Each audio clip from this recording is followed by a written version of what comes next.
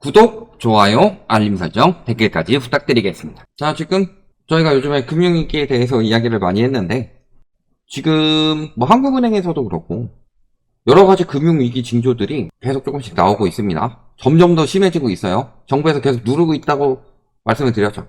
지금 터질 거 밀어주고 있고, 이번에 스트레스 DSR 연장도 마찬가지예요. 특히 이제 이번에 한은에서 분석도 이금융권의 위험도가 2배가량 커질 수 있다는 이런 이야기가 나왔고요. 근데 투명하게 공개되는 게 없죠. 투명하게 공개되는 게 없기 때문에 그 위기가 굉장히 감춰져 있을 뿐인 거고, 가계부채를 더 받는 것에 대한 사람들의 불안감이 너무 없어요. 야수의 심장이 아니라 지금은 심장이 없다시피 대출을 받죠. 미친 것 같은데 지금 상황이 굉장히 심각합니다. 결국 터지는 건 부채에서 터져요. 그래서 어떤 부분이 지금 미흡해서 위험해졌고 어떤 부분이 지금 문제가 커지고 있는지, 이런 부분에 대해서 한번 이야기해 보도록 하겠습니다. 자, 일단은 불신을 부르고 있는 통계들이 나오고 있죠. 그동안 PF도 그렇고 미분양 통계도 그렇다. 자, PF 같은 경우는 정부에서도 집계를 똑바로 못하고 있어요. 미분양 같은 경우에 아예 집계 방식이 잘못됐다고 하지만 PF 같은 경우는 집계를 할 수 있는데도 불구하고 똑바로 못하고 있죠. 자, 그래서 정부는 계속 줄곧 PF 부실 위험이 작다라고 강조를 했지만 통계가 부실하다. 예를 들어서요, PF 정책에 대해서 136조라고 이야기를 했는데 230조가 됐죠? 그러더니 이거는 PF 아닙니다 라고 이야기를 했는데, 자, 새마을금고는 행안부 담당이고 토담대는 내부적으로 PF 대출이 아닌 PF성 일반 대출로 분류하고 있기 때문에 PF 대출과 사실상 본질이 동일한 저축은행 캐피탈 등 토지담보대출과 새마을금고 공동대출, 채무보정 약정 등을 새로 포함해서 100조가량 늘렸는데 요게 PF가 아니다 라고 선언을 했어요. 자, 그러면은 우리가 이해하고 인정해줄 부분까지 생각해봅시다. 토지담보대출 왜 받아요? 토지담보대출 받는 거, 혹은 그 토지를 내가 사가지고 거기다 뭔가를 짓겠다라고 하는 거, 브릿지론이랑 성격이 거의 흡사하죠. 근데 PF 대출이 아닌 PF성 일반 대출이다. 그러니까 토담대 같은 경우는 PF랑 굉장히 흡사하게 대출을 많이 받는데 목적이 다를 수도 있잖아요. PF 같으면 100% 거기에다가 뭘 짓는 거죠. 브릿지론 같은 경우 뭘 지어가지고 어떻게 사업을 해서 대출을 받겠다 라고 한다면, 토담대 같은 경우는 토지를 이미 가지고 있으니까 내가 먹고 살기 힘들어서 토지를 담보로 대출을 받을 수도 있죠. 그러니까 PF성이 PF가 아닐 수도 있지만 사실 누가 그러라고 토담대를 받아요? 그죠? 그러니까 거의 PF라고 보시면 되고. 자, 근데 저기까지 이해를 해줍시다. 행안부 담당이면 PF 아니에요? 새마을금고는 행안부 담당이기 때문에 230조 원 수준의 요거는 다 이런 걸 포함한 거지만 요거 빼고 136조가 맞다. 왜냐면 행안부 소속에서 빌려준 PF 대출은 PF가 아니니까. 본인이 얘기하고도 뭔 얘기인지 모르겠지. 내가 얘기하고도 뭔 소린지 모르겠는데요. 그러니까 230조를 발표했다가 굉장히 위험하다. 그러니까 PF 아닙니다. 일단 이야기를 해놓고서 잘못됐다 싶으니까 황급히 수습하는 느낌이죠. 그런 거고, 실질적으로는 이게 더 맞다. PF 문제는요, PF라서 위험한 게 아니라 PF성도 위험한 거고 행안부에서 관리하면 더더욱 위험한 것이기 때문에요, 요걸로 생각하는 게 아니라 요걸로 통계를 내고 여기에 대비하는 게 맞다. 축소해서 좋을 거 하나도 없다. 대비는 더 탄탄하게 하면 할수록 좋다. 미분양 통계 역시도 마찬가지죠. 미분양 통계는 아예 통계가 누락될 수밖에 없다. 왜냐면 지자체가 사업자에게 문의해서 수치를 취합하는 것이기 때문에 미분양 통계는 얼마든지 숨길 수 있다. 지금도 미분양이 늘어나고 있죠. 지금 7만원 넘어간 정도 됐는데 실질적으로는 최소 10만원에서 많으면 20만원까지도 나올 수 있는 상황이다. 과거에도 그 정도까지 나왔었기 때문에 미분양 까보니까. 그러니까 당연히 통계가 부실하면은 위험도도 부실하게 나올 수밖에 없습니다. 예를 들어서요, 전세 사기 당하는 경우를 생각을 해봅시다. 나오는 통계만 보면은 20억짜리 집인데 20세대가 있어요. 원룸 건물인데 여기 전세 7천만원씩 20세대 들어왔다고 해봅시다. 그러면 보증금 합하면 14억이죠. 안 위험해 보이죠. 깡통 아니잖아요. 그러니까 여기만 보여주면은 안 위험한데 막상 떼보니까 여기에 근저당이 있어. 근저당이 10억이 껴있어요. 그러면 이거 깡통이고 전세 사기 당한 거죠. 그러니까 여기만 통계로 잡으면 안 위험해 보이지만 실질적으로는 위험한 거잖아요. 지금이 딱 그런 상황이다. 근데도 이 PF 문제가 터지게 생기니까 PF 문제가 터지면 금융권 중에서 제일 위험한 곳이 이금융권이라고 그러죠. 저축은행이라든지 새마을금고라든지 상호금융, 새마을금고를 비롯한 그 다음에 뭐 지역은행이라든지 그 다음에 뭐 지역농협이라든지 이런 것들이 전반적으로 위험하죠. 캐피탈, 증권사, 보험사. 그런데 부동산 띄우기 아니다. 이런 식으로 이야기를 하고 있어요. 아까 빌라 이야기한다고 그랬죠. 요즘 정부가 빌라 살리려고 하고 있죠. 아파트는 너무 비싸고 이거 언제까지 살려요? 못 살려요. 그러니까 지금 빌라 살리려고 하고 있고 이번에 12만호 매입 임대주택도 빌라 지어가지고 그걸 비싸게 사줘서 하겠다고 하죠.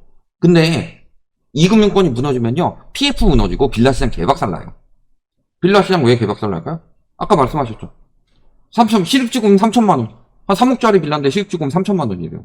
1금융권에서 그 대출이 나와요? 2금융권에서 업계약 잡고 거기에다가 신용대출까지 껴가지고 하는 경우란 말이에요. 2금융권에서 문제 터지면 그게 나올 수 있겠어요? 2금융권에까지 스트레스 DSR 적용되면은 실입지금 얼마에 빌라 들어가는 거 되겠어요? 빌라 시장 개작살나요. 그러니까 실질적으로 스트레스 DSR 연기는 부동산 띄우기밖에 없어. 부동산 부양이다. 부동산 부양을 하는데 그거 외에는 답이 없죠. 자영업자 지원 대책이 논의되는 상황을 고려해서 연기를 고려했다. 같은 소리 하고 있네. 자영업자들이 스트레스 DSR 영향을 크게 받는다고요? DSR은 개인 대출에 들어가지 자영업 대출에 들어가는 게 아닙니다. 근데 스트레스 DSR이 부동산 띄우기가 아니다 라고, 부동산 부양 아니다 라고 말하면서, 말은 그렇게 하면서 계속 부양을 하는, 부양은 신이다. 줄여서 부양신이다. 그거밖에 더 되냐. 지금 이금융권 위기가 그래서 굉장히 심각합니다. 스트레스 DSR 2단계를 연기한 것도 스트레스 DSR 2단계부터는 이금융권에 적용되기 때문이에요. 그러면은 이금융권 상황이 어떠냐. 부실채권이 최대 2배가 될 수 있다. 거시경제 충격이 발생했을 때 이미 발생하고 있죠. 저축은행이나 새마을금고 등 취약금융권은 부실채권이 최대 2배 급증을 한다. 고정이하 여신 비율이 지난해 말 14.0%에서 26.5%까지 상승한다. 26.5%면요 4명 중 1명은 빚 못 갚는다는 소리예요. 그러면은 지금 이자 몇 프로예요? 근데 4명 중 1명이요? 자, 아무리 많이 받아도 20% 못 넘어갑니다. 이금융권에서 이제 아무리 많이 받아도 20% 못 넘어가요. 그러면은 4명한테 100만원씩 빌려줬다고 해봅시다. 많이 받는다고 해서 20%씩 받는다고 해봅시다. 그럼 120만원으로 갚는 거죠. 근데 4명 중에 1명은 취약차주가 돼서 못 갚아요. 부실채권이 돼요. 그러면은 400만원 빌려줬는데 이자 20%나 받아도 돌아온 돈은 360만원이다. 10% 손실 난다. 이렇게 되게 생겼죠. 그러니까 이금융권 부담 줄이려고 스트레스 DSR 연기를 한 거다. 또 연기될 가능성도 있죠. 그러니까 지금 이 고금리에서 부실채권이 계속 터지게 생기니까 물가 제대로 잡히지도 않았는데 계속 언론에서 이렇게 떠들어대는 거다. 심지어는 요거는 좌파적 언론이에요. 그런데도 골든타임이 2015에서 2018년 금리 구간, 이때가 부채의 불길을 잡을 수 있었는데 못 잡았다. 그러니까 선제적 금리 인하가 필요하다. 왜 이런 이야기 하는지 알아요? 금리에 대해서는요 여기도 미쳤지만 여기도 미쳤어요. 어떤 면에서 따지면 여기가 더 미쳤다고 보일 수도 있다. 가상금리 없애라고 하잖아요. 금리 낮추라고 하잖아요. 그게 어떻게 서민 도움되는 방법이에요? 금리 낮춰가지고 부담만 주면 서민 도움돼요? 전세자금대출 금리 낮췄다가 무슨 꼴 났어요? 그래가지고 정권 뺏겼는데도 아직도 정신 못 차리고 있죠. 그러니까 그쪽에서 자꾸 그딴 이야기하니까 언론에서도 이따위로 쓰고 있는 거 아니에요. 그러면 요쪽도 다 금리 내려야 된다라고 하고 있는데 물가 어떡할 거고 환율 어떡할 거냐. 미국 연준보다 선행해서 금리 인하한다. 계속 이런 식으로 종용하잖아요. 문제가 그만큼 커졌다는 소리예요. 금리 인하는 뭐라 그랬어요? 유동성은 뭐라 그랬어요? 진통제라 그랬어요. 진통제 세게 맞으면 마약 중독됩니다. 병은 그대로인데 마약만 중독되면 그게 몸이 망가져요? 아니면 훨씬 더 망가져요? 근데 자꾸 그딴 이야기나 하고 있는 거다. 지금은 우리나라의 가장 큰 문제는 가계부채인데. 그러니까 자꾸 이런 식으로 해서 곧 금리 인하한다, 곧 금리 인하한다. 그러니까 사람들이 대출을 받죠. 근데 금리 인하 왜 해요? 경제가 무너져서 금리 인하하는 거예요. 근데 환율 치게 생기니까. 지금 오늘 좀 많이 떨어졌는데 환율이 지금 6개월 새 장기적 우상향이죠. 요때 지금 올라갔다 빠진 거는 외국인 배당, 주식 배당 들어가가지고 확 달러 빼가니까 올랐다 줄은 거고, 오늘 줄어든 이유는 뭐예요? 첫 번째는 기업 달러 매각. 왜냐면 현금이 필요하니까요. 그리고 또 한 가지는 외평채가요. 그래서 10억 달러 규모의 외평채를 성공적으로 발행했다. 10억 달러를 빌려온 거죠. 그 다음에 뭐 정부에서 지금 국민연금 달러 수업액 늘려가지고 푼 것도 있고, 그 다음에 저희가 요즘에 그 말씀 많이 들었죠. 국민연금 달러 수합해가지고 거기에 있는 달러까지 쓸 정도면은 가용 외환보유고가 많이 없다는 소리다. 거의 없어지고 있다는 소리고. 그러니까 지금 외평채 발행한 거예요. 달러 확보하려고. 근데 이 와중에 은행권 시장은 어때요? 충당금 쌓고 있어요? 신한 같은 경우는 76.9% 줄였다. 국민은행, 하나은행도 50% 넘게 줄였다. 우리은행만 확대했다. 그러니까 위기는 커져가죠? 위기는 커져가는데 충당금은 줄었죠? 충당금 줄었고 이 와중에 환율이 치니까 문제가 터지고 있는데, 기업들은 환율이 치면은 달러를 가지고 있다가 나중에 환전해도 되는데 지금 왜 급하게 환전하겠어요? 당장 쓸 원화가 필요하니까. 그리고 정부도 달러를 계속 풀어가지고 막다 안 되니까 국민연금이랑 스와핑한 달러 풀어가지고 막다가 이번에 부족하니까 외평채까지 풀고 있다. 이게 외환위기고 이게 금융위기가 아니면 뭐냐. 다만 그때처럼 뭔가 빵 터져가지고 무너지기 시작한 거. 우리나라 그때 거기 리먼브러더스 은행 터졌는데 우리나라 뭐 터진 거 있어요? 3년 뒤에나 저축은행 터졌죠. 근데 저축은행 터지니까 무너졌어요? 터지기 전부터 무너졌어요? 이런 거 생각해봐라. 금융위기고 외환위기인가 아닌가. 지금 정부에서는 계속 외환보유고 충분합니다. PF 얼마 안 터집니다. 이금융권 안전합니다.